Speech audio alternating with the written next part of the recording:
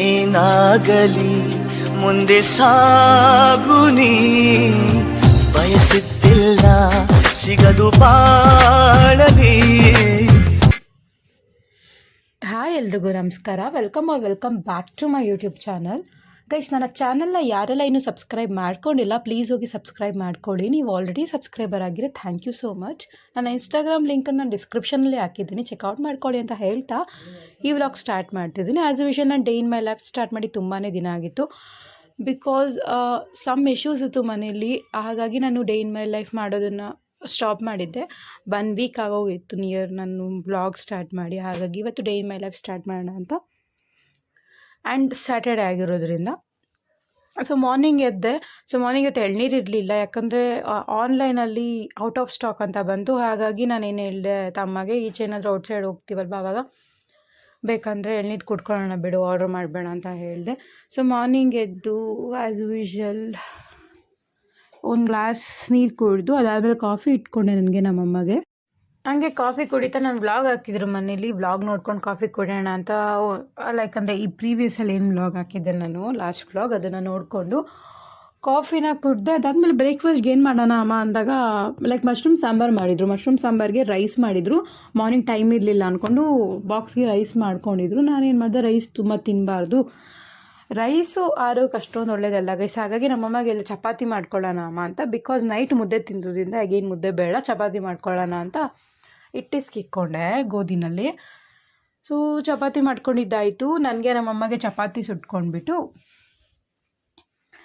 ಅದಾದಮೇಲೆ ಬೇಗ ಕೆಲಸ ಸ್ಟಾರ್ಟ್ ಮಾಡ್ಕೊಳ್ಳೋಣ ಅಂತ ಅಂದ್ಕೊಂಡೆ. ನನ್ನ ತಮ್ಮ ಇವತ್ತು ಬೇಗ ಬರ್ತೀನಿ ಅಂತ ಹೇಳ್ದ, ಸ್ಯಾಟರ್ಡೆ ಅಲ್ವಾ, ಹಾಗಾಗಿ ಬೇಗ ಬರ್ತೀನಿ ಇವತ್ತು ಅಂತ ಹೇಳ್ದ. 4:30ಗೆಲ್ಲ ನಾನು ಮನೇಲಿ ಇರ್ತೀನಿ ಅಂತ ಹೇಳ್ದ. ಬಿಕಾಸ್ ಅವ್ನು ಫ್ರಮ್ ಟುಮಾರೋ ಅಂದರೆ 3 days ಅವನು ಗೋವಾಗೆ ಹೋಗ್ತಿದ್ದಾನೆ ಬಿಸ್ನೆಸ್ ಟ್ರಾವೆಲಿಂಗ್ಗೆ ಅಂತ. ಆಫೀಸ್ ಕಡೆಯಿಂದ ಕಳಿಸಿದ್ದಾರೆ. ಒಂದು 3 days ಮನೇಲಿರೋದಿಲ್ಲ, ಅದೊಂದು ಬೇಜಾರು ಬೇರೆ. ನಮ್ಮ ಮನೇಲಿ ನನಗೆ ತುಂಬ ಕ್ಲೋಸನೇ ನನ್ನ ತಮ್ಮನೇ, ಬಟ್ ಅವನೇ 3 days ಇರಲ್ಲ, ಬೇಜಾರಾಗ್ತಿದೆ. ಅದೇ ಅವ್ನು ಹೇಳ್ದ ಬಂದು ಪ್ಯಾಕ್ ಮಾಡ್ಕೋಬೇಕು ಸೂಟ್ಕೇಸ್ ಎಲ್ಲ, ಅದಕ್ಕೆ ನಾನು 4:30ಗೆ ಇರ್ತೀನಿ ಅಂತ ಹೇಳ್ದ. ನಾನು ಕೂಡ ಹೆಲ್ಪ್ ಮಾಡಬೇಕು ಅವನಿಗೆ ಅಂತ ಬೇಗ ನಮ್ಮಮ್ಮ ಕೆಲಸ ಮುಗಿಸ್ಕೊಡೋಣ ಅಂತ ಹೇಳಿ, ಜಾಸ್ತಿ ಕೆಲಸ ಏನಿರಲಿಲ್ಲ. ಹಾಗಾಗಿ ಬ್ರೇಕ್ಫಾಸ್ಟ್ ಮುಗಿಸ್ಕೊಂಡು ನೆನ್ನೆ ಸ್ವಲ್ಪ ಎಪಿಸೋಡ್ಸ್ನ ಲೈಕ್ ಅಂದರೆ ಬಿಗ್ ಬಾಸ್ ಎಪಿಸೋಡಲ್ಲಿ ಸ್ವಲ್ಪ ಒಂದಷ್ಟು ಕ್ಲಿಪ್ಸ್ ನೋಡಿರಲಿಲ್ಲ ಅಂದ್ಬಿಟ್ಟು ಮತ್ತೆ ತಿನ್ಕೊಂಡು ಸ್ವಲ್ಪ ಹೊತ್ತು ಹಾಗೆ ನೋಡೋಣ ಅಂತ. ಬಟ್ ಬಿಗ್ ಬಾಸು ನಾವು ಅಂದರೆ ರಿಪೀಟ್ ನೋಡಿದಾಗೂ ನಮಗೆ ಬೇಜಾರಾಗಲ್ಲ, ಅಷ್ಟು ಚೆನ್ನಾಗಿರುತ್ತೆ. ಆ್ಯಂಡ್ ಫ್ರೈಡೇ ಎಪಿಸೋಡ್ ಕೂಡ ತುಂಬಾ ಚೆನ್ನಾಗಿತ್ತು. ಹಾಗಾಗಿ ಲೈವ್ ಅದು ಅಪ್ಡೇಟ್ ಮಾಡಿರಲಿಲ್ಲ ಅವರು, ಸ್ಯಾಟರ್ಡೆ ಸಂಡೇ ಲೈವ್ ಇರಲ್ಲ ಅಂತ ಹೇಳಿದ್ರಲ್ವ. ಹಾಗಾಗಿ ಫ್ರೈಡೇ ಎಪಿಸೋಡ್ನ ಇನ್ನೊಂದು ಸಲ ನೋಡಿಕೊಂಡು ಬ್ರೇಕ್ಫಾಸ್ಟ್ ಮುಗಿಸ್ಕೊಂಡೆ. ಅದಾದಮೇಲೆ ಅಮ್ಮ ಪಟ ಮನೆಯೆಲ್ಲ ನೀಟಾಗಿ ಗುಡಿಸ್ಕೊಟ್ಟಿದ್ರು. ನಾನು ಕೂಡ ಈ ಕಡೆ ಮಾಪ್ ಹಾಕ್ಕೊಂಡೆ, ಮನೆಗೆಲ್ಲ ಮಾಪ್ ಹಾಕಿ ಬಾಗಿಲಿಗೆಲ್ಲ ಮಾಪ್ ಹಾಕಿ ರಂಗೋಲಿ ಎಲ್ಲ ಹಾಕ್ಕೊಳಕ್ಕೆ ಸ್ಟಾರ್ಟ್ ಮಾಡಿದೆ. ಅದಾದಮೇಲೆ ಅಮ್ಮ ಮಾರ್ನಿಂಗೇ ಪಾತ್ರೆ ಎಲ್ಲ ವಾಶ್ ಮಾಡಿಕೊಂಡ್ರು. ನಾನು ಸ್ವಲ್ಪನೇ ಇದ್ದಿದ್ದು, ಹಾಗಾಗಿ ಅಮ್ಮನೇ ವಾಶ್ ಮಾಡ್ಕೊಂಡು ಬಿಟ್ಟಿದ್ರು. ಜಾಸ್ತಿ ಪಾತ್ರೆ ಕೂಡ ಇರಲಿಲ್ಲ, ಕಿಚನೆಲ್ಲ ಅಮ್ಮನೇ ಕ್ಲೀನ್ ಮಾಡ್ಕೊಂಡಿದ್ರು. ಅದೊಂದು ಕೆಲಸ ಇಲ್ಲಿ ಮಿಸ್ ಆಯಿತು. ಅದೆಲ್ಲ ಲೈಕ್ ಮಾಪ್ ಹಾಕಾದ್ಮೇಲೆ ನಾನು ಸ್ನಾನ ಮಾಡ್ಕೊಂಡು ಬಂದಿದ್ದೆ. ಸ್ನಾನ ಮಾಡ್ಕೊಬಂದೆ. ಸ್ನಾನ ಮಾಡ್ಕೊಂಡು ಬರೋ ಅಷ್ಟಿಗೆ ಆಗೋಗಿತ್ತು, 3:30 ಆಗಿತ್ತು. ನನ್ನ ತಮ್ಮ ಕೂಡ ಆಫೀಸ್ ಬಿಟ್ಟಿದ್ದೆ, ಬರ್ತಿದ್ದೆ ಮನೆಗೆ. ಬರುವಾಗ ಹಂಗೆ ಅವನಿಗೆ ದೋಸೆ ತೊಗೊಂಬ ಅಂತ ಹೇಳಿದ್ದೆ, ಮಸಾಲೆ ದೋಸೆ ನಮ್ಮಮ್ಮಗೆ ತುಂಬಾ ಇಷ್ಟ, ನನಗೂ ಇಷ್ಟನೇ. ಸರಿ ಅಂತ ಮಸಾಲೆ ದೋಸೆ ತೊಗೊಂಬಂದ. ಮಸಾಲೆ ದೋಸೆ ತಿಂದುಬಿಟ್ಟು ಅದಾದಮೇಲೆ ನನಗೆ ಬ್ಯಾಗ್ ಪ್ಯಾಕ್ ಮಾಡ್ಕೊಳ್ಳೋಣ ಅಂದ್ಕೊಂಡು ನಾನು ಸ್ವಲ್ಪ ರೆಡಿ ಆಗಿಬಿಟ್ಟು ಸ್ನಾನ ಮಾಡ್ಕೊಂಬಂದಿದ್ನಲ್ವ. ರೆಡಿಯಾಗಿ ಅದಾದಮೇಲೆ ಮಸಾಲೆ ದೋಸೆ ತಿಂದುಬಿಟ್ಟು ಹಾಗೆ ಒಂದು ಸ್ವಲ್ಪ ಸಾಂಗ್ಸ್ ನೋಡಿದೆ, ವಿಡಿಯೋ ಸಾಂಗ್ಸ್ ನೋಡಿಕೊಂಡು ತಿಂದು ಅವನಿಗೆ ಬ್ಯಾಗ್ ಪ್ಯಾಕ್ ಮಾಡ್ಕೊಳ್ಳೋಕೆ ಸ್ಟಾರ್ಟ್ ಮಾಡಿದೆ. ಯಾಕಂದರೆ 3 days ಅವ್ನು ಹೋಗ್ತಿರೋದ್ರಿಂದ ಏನೇನು ಬೇಕೋ 3 daysಗೆ ಅವನಿಗೆ ಬಟ್ಟೆಗಳು, ಕ್ರೀಮ್, ಚಾರ್ಜರ್, ಲ್ಯಾಪ್ಟಾಪ್, ಶೂಸ್ ಇದೆಲ್ಲ ನೀಟಾಗಿ ಪ್ಯಾಕ್ ಮಾಡಿಕೊಟ್ಟೆ.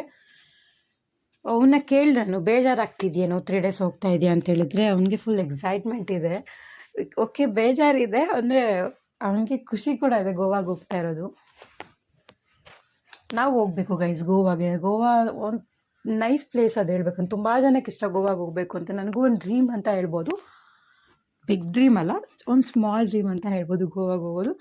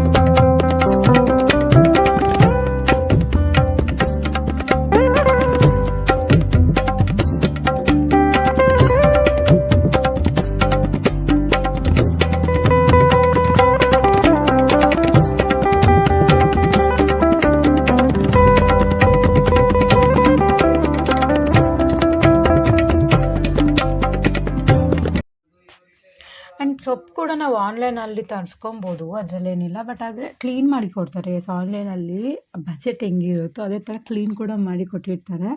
ಆ್ಯಂಡ್ 200 ಗ್ರಾಮ್ ಒಂದು ಪ್ಯಾಕ್ 25-30 ಅಂತ ಇರುತ್ತೆ. ಕ್ವಾಂಟಿಟಿ ತುಂಬ ಕಡಿಮೆನೇ ಇರುತ್ತೆ. ಬಟ್ ಒಂದು ಡಿಫ್ರೆನ್ಸ್ ಏನಂದರೆ, ನೀವು ಈಚೆ ಹೋಗಿ ಸೊಪ್ಪು ತಂದು ಸಾಂಬಾರು ಮಾಡ್ಕೊಳ್ಳೋ ಟೇಸ್ಟಿಗೂ ಆನ್ಲೈನಲ್ಲಿ ತರಿಸಿ ಸಾಂಬಾರು ಮಾಡೋ ಟೇಸ್ಟಿಗೂ ತುಂಬಾ ಡಿಫ್ರೆನ್ಸ್ ಇರುತ್ತೆ. ಸೊ ಈಚೆ ನಾವು ತಂದು ಸೊಪ್ಪು ಮಾಡೋ ಟೇಸ್ಟ್ ಸಖತ್ತಾಗಿ ಬರುತ್ತೆ ಟೇಸ್ಟ್, ನಿಜವಾಗ್ಲೂ ಸೊಪ್ಪು ಸಾರು.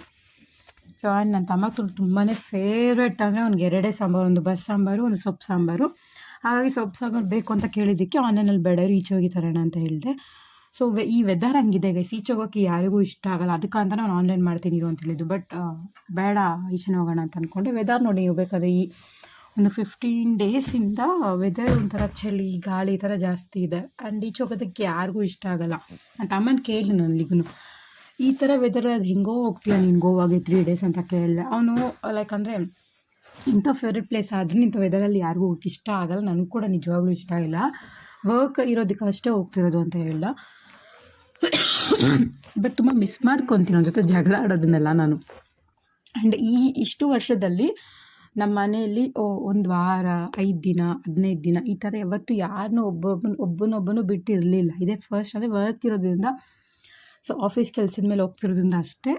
ಅಮ್ಮ ಯಾರನ್ನೂ ಆ ಥರ ಬಿಡೋಲ್ಲ, ದೂರ ಇಲ್ಲ. ಅವರು ಎಲ್ಲಿಗೋ ಒಂದು 5 ದಿನ ಹೋಗ್ಬಿಟ್ಟು ಬರೋದು ಒಬ್ಬೊಬ್ಬರೇ, ಈ ಥರ ಯಾರನ್ನೂ ಬಿಟ್ಟಿಲ್ಲ. ಹೋದರೆ ನಾವೆಲ್ಲರ ಜೊತೆಲೇ ಹೋಗ್ತೀವಿ, ಜೊತೆಲೇ ಬರ್ತೀವಿ, ಇದೇ ಥರನೇ ರೂಢಿ ಆಗಿರೋದು. ಬಟ್ ಅವನು ಹೋಗ್ತಿರೋದೇನೋ ಒಂದು 3-4 ಡೇಸ್ ನನಗೆಲ್ಲೋ ಒಂದು ಕಡೆ ಬೇಜಾರಾಗ್ತಿದೆ ಅಷ್ಟೇ. ಸರಿ ಆಯಿತು ಅಂತ ಕಾಫಿ ಕುಡ್ಕೊಂಡು ಹೋಗೋಣ ಅಂತ ಅಮ್ಮಗೆ ನನಗೆ ತಮ್ಮಗಿಬ್ಬರಿಗೂ ಕಾಫಿ ಮಾಡಿ, ಸೊ ಕಾಫಿ ಕುಡ್ಕೊಂಡು ಅದಾದಮೇಲೆ ಸ್ವಲ್ಪ ತರಕ್ಕೆ ಹೋದ್ವಿ. ಈವ್ನಿಂಗ್ ಆಗೋಯ್ತು, 6:30 ಆಗೋಯಿತು. ಅಮ್ಮನೂ ಕೂಡ ಬರ್ತೀನಿ ಅಂತ ಹೇಳಿದ್ರು. ಬಟ್ ವಾಕ್ ಮಾಡ್ಕೊಂಡು ಹೋಗೋದು ಬೇಡ, ಗಾಡೀಲಿ ಹೋಗ್ಬಿಟ್ಟು ಬಂದ್ಬೇಡ ಅಂತ. ಅಮ್ಮ ಬೇಡ ಮನೇಲೇ ಇದ್ದರು. ನಾನು ನನ್ನ ತಮ್ಮ ಇಬ್ಬರು ಹೋಗಿ ಸೊಪ್ಪು ತಂದಿದ್ದಾಯಿತು. ಸೊಪ್ಪಲ್ಲಿ ತುಂಬ ಮಣ್ಣಿತ್ತು ಗೈಸ್, ಅದು ಕ್ಲೀನ್ ಮಾಡಿ ಮಾಡೋದಕ್ಕೇ ಹತ್ರ 1 ಅವರ್ ಟೈಮ್ ಆಯಿತು. ಸರಿ ಅಂತ ಈ ಬಿಗ್ ಬಾಸ್ ಬೇರೆ ಸ್ಟಾರ್ಟ್ ಆಗುತ್ತಲ್ವ 9 o'clockಗೆ. ಹಾಗಾಗಿ 9 o'clock ಒಳಗಡೆ ಕುಕ್ ಮಾಡೋದು ಮುಗಿಸ್ಕೊಳ್ಳೋಣ ಅಂತ ಡಿಸೈಡ್ ಮಾಡಿದ್ದು. ಆ್ಯಂಡ್ ನನ್ನ ತಮ್ಮ ನನಗೆ ಚಾಲೆಂಜ್ ಕೂಡ ಮಾಡಿದ್ದ, ಈ ಫ್ರಮ್ 7 o'clock-ಇಂದ 9 o'clock ಅಷ್ಟಿಗೆ ನೀನು ಈ ಸಾಂಬಾರು ರೈಸ್ 2 ಮುಗಿಸಿರಬೇಕು ಅಂತ. ಸರಿ ಆಯಿತು ಅಂತ ಅಮ್ಮ ಸ್ವಲ್ಪ ಹೆಲ್ಪ್ ಮಾಡಿದ್ರು. ಅಮ್ಮ ಏನೋ ಸ್ವಲ್ಪ ಬೇಗನೆ ಆಯಿತು. ಸೊಪ್ಪೆಲ್ಲ ನೀಟಾಗಿ ಕ್ಲೀನ್ ಮಾಡಿ ಅದಕ್ಕೆ ಏನೇನು ಬೇಕೆಲ್ಲ ನೀಟಾಗಿ ರೆಡಿ ಮಾಡ್ಕೊಂಡು ಸಾಂಬಾರಿಗೆ ಸೊಪ್ಪೆಲ್ಲ ತೊಳೆದು ಬೇಯಿಸೋಕ್ಕಿಟ್ಟೆ. ಸೊ ಸಾಂಬಾರು ಮಾಡಿಕೊಂಡು ರೈಸ್ ಮಾಡಿದೆ. ನಿಜವಾಗ್ಲೂ ಟೇಸ್ಟ್ ಸಖತ್ತಾಗಿತ್ತು ಗೈಸ್. ಸೊಪ್ಪು ಸಾರು ತಿಂತಾಯಿದ್ರೆ ಬಿಸಿ ಅನ್ನಕ್ಕೆ ಇನ್ನೂ ತಿನ್ನೋಣ ಅನ್ಸುತ್ತೆ, ಅಷ್ಟು ಚೆನ್ನಾಗಿತ್ತು ಸೊಪ್ಪು ಸಾರು. ಸರಿ ಅಂತ ಬಿಗ್ ಬಾಸ್ಗೆ ನಾನು ನಿಜವಾಗ್ಲೂ 1 ವೀಕಿಂದ ಏನೋ ಕಾಯ್ತಾ ಇದ್ದೆ. ಸುದೀಪ್ ಸರ್ ಎಪಿಸೋಡ್ಗೆ ಕಾಯ್ತಾ ಇದ್ದಿದ್ದು. ಬಿಕಾಸ್ ಆ 1 ವೀಕ್ ಈ ವೀಕಲ್ಲಿ ಆಟ ಆ ಥರ ಇತ್ತು, ಮಾತುಗಳ ಥರ ಹೋಯಿತು. ಅಶ್ವಿನಿ ಅವ್ರದ್ದಾಗಿರ್ಬೋದು, ಇಲ್ಲ ರಘು, ಗಿಲ್ಲಿ, ಸೊ ಏನೇನಾಯಿತು ಈ ವೀಕಲ್ಲಿ, ಈ ವಾರ ಎಲ್ಲ. ಸೊ ಸುದೀಪ್ ಸರ್ ಬಂದು ಏನು ಮಾತಾಡ್ತಾರೆ ಇದ್ರ ಬಗ್ಗೆ ಅಂತ 1 ವೀಕಿಂದ ಕಾಯ್ತಿದ್ದೆ. ಆ್ಯಂಡ್ ಥರ್ಸ್ಡೇ ಫ್ರೈಡೇ ಎಪಿಸೋಡ್ ಸಖತ್ತಾಗಿತ್ತು. ಸೊ ಯಾರು ತಪ್ಪಿದೆ ಯಾವುದು ತಪ್ಪಿಲ್ಲ ಅಂತ ಸುದೀಪ್ ಸರ್ ಬಂದು ಹೇಳಿದಾಗೆ ಗೊತ್ತಾಗೋದು. ಓಕೆ ನಮಗೆಲ್ಲ ಗೊತ್ತಿದೆ ಯಾರು ತಪ್ಪು ಯಾರು ಅಂತ, ಬಟ್ ಅವ್ರಿಗೆ ಅಲ್ಲಿ ಮನೇಲಿರೋ ಕಂಟೆಸ್ಟೆಂಟ್ಗೆ ಅರ್ಥ ಆಗಬೇಕಲ್ವ ಯಾರು ತಪ್ಪು ಯಾರು ನಿಜ ಅಂತ. ಸೊ ಹಾಗಾಗಿ ನಾನು ಸ್ಯಾಟರ್ಡೇ ಎಪಿಸೋಡ್ಗೆ ತುಂಬಾ ಕಾಯ್ತಿದ್ದೆ. ಆ್ಯಂಡ್ ಪ್ರೊಮೋ ಕೂಡ ನೋಡಿದ್ವಿ. ಪ್ರೊಮೋ ಥರನೋ ಇರುತ್ತೋ ಇಲ್ವೋ ಅಂದ್ಕೊಂಡೆ ನಮ್ಮ ಕನ್ಫ್ಯೂಷನಲ್ಲಿ ಇದ್ದಿದ್ದು. ನಮ್ಮ ಮನೇಲೆಲ್ಲ ಅದೇ ಡಿಸ್ಕಸ್ ಮಾಡ್ತಿದ್ರು, ಪ್ರೊಮೋ ಈ ಥರ ಇದೆ ಆ್ಯಂಡ್ ಎಪಿಸೋಡ್ ಯಾವ ಥರ ಇರುತ್ತೆ, ಸುದೀಪ್ ಸರ್ ಯಾವ ಥರ ಮಾತಾಡ್ತಾರೆ ಅದೇ ಥರ ಮಾತಾಡ್ತಾರಾ ಇಲ್ವಾ ಅಂತೆಲ್ಲನೇ ಡಿಸ್ಕಷನ್ ಇತ್ತು ಮನೇಲಿ. ಬಟ್ ಪ್ರೊಮೋ ಥರನೇ ಇತ್ತು ಗೈಸ್ ಸ್ಯಾಟರ್ಡೆ ಎಪಿಸೋಡು. ನನಗಂತೂ ತುಂಬಾ ಇಷ್ಟ ಆಯಿತು. ಆ್ಯಂಡ್ ಅಶ್ವಿನಿ ಅವ್ರಿಗೆ ಸುದೀಪ್ ಸರ್ ಹೇಳಿದ ರೀತಿ, ಸುದೀಪ್ ಸರ್ ಲೈಕ್ ಹ್ಯಾಂಗಲ್ಲಿ ಸುದೀಪ್ ಸರ್ ಇರೋ ಸಿಚುವೇಷನಲ್ಲಿ ಯಾವ ಥರ ಹೇಳಬೇಕು, ಅವ್ರ ವ್ಯಕ್ತಿತ್ವ ಹೇಗೆ ಅವ್ರು ಅದೇ ಥರನೇ ಹೇಳಿದ್ದಾರೆ. ಅದಕ್ಕೂ ಮೀರಿ ಹೇಳೋದಕ್ಕಾಗಲ್ಲ. ಸೊ ಅಷ್ಟರಲ್ಲಿ ಅವ್ರು ಅಶ್ವಿನಿಯವ್ರು ಅರ್ಥ ಮಾಡ್ಕೋಬೇಕು ಅಷ್ಟೇ, ಇನ್ನೇನಿಲ್ಲ. ಆ್ಯಂಡ್ ನೋಡೋಣ ಇನ್ನು ಮುಂದೆ ಆಟ ಯಾವ ಥರ ಇರುತ್ತೆ, ಮನೇಲಿ ಯಾರ್ಯಾರು ಯಾವ ಥರ ಸಿದ್ಕೊಂಡು ಆಡ್ತಾರೆ ಅಂತ.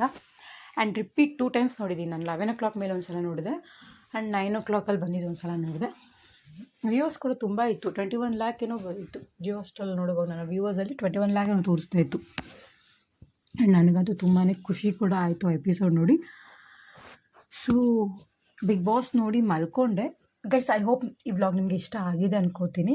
ಆ್ಯಂಡ್ ನೀವು ಕೂಡ ನಿನ್ನೆ ಬಿಗ್ ಬಾಸ್ ನೋಡಿ ನಿಮಗೂ ಕೂಡ ಬಿಗ್ ಬಾಸ್ ತುಂಬ ಇಷ್ಟ ಆಗಿದೆ ಅನ್ಕೋತೀನಿ. ಯಾರ್ಯಾರು ನಮ್ಮ ಗಿಲ್ಲಿ ಆ್ಯಂಡ್ ರಘು ಅಣ್ಣಗೆ ಸಪೋರ್ಟ್ ಮಾಡ್ತೀರಿ ಅಂತ ಕಮೆಂಟ್ ಬಾಕ್ಸಲ್ಲಿ ಕಮೆಂಟ್ ಮಾಡಿ ಅಂತ ಹೇಳ್ತಾ ಈ ವ್ಲಾಗ್ ನಾನು ಇಲ್ಲಿಗೆ ಎಂಡ್ ಮಾಡ್ತಿದ್ದೀನಿ. ಆ್ಯಂಡ್ ಇದೇ ಥರ ವೀಡಿಯೋಸ್ನ ಅಪ್ಲೋಡ್ ಮಾಡೋದಕ್ಕೆ ಟ್ರೈ ಮಾಡ್ತೀನಿ ಅಂತ ಹೇಳ್ತಾ ಮತ್ತೆ ಮುಂದಿನ ವೀಡಿಯೋದಲ್ಲಿ ಸಿಗ್ತೀನಿ ಗೈಸ್. Thank you, bye.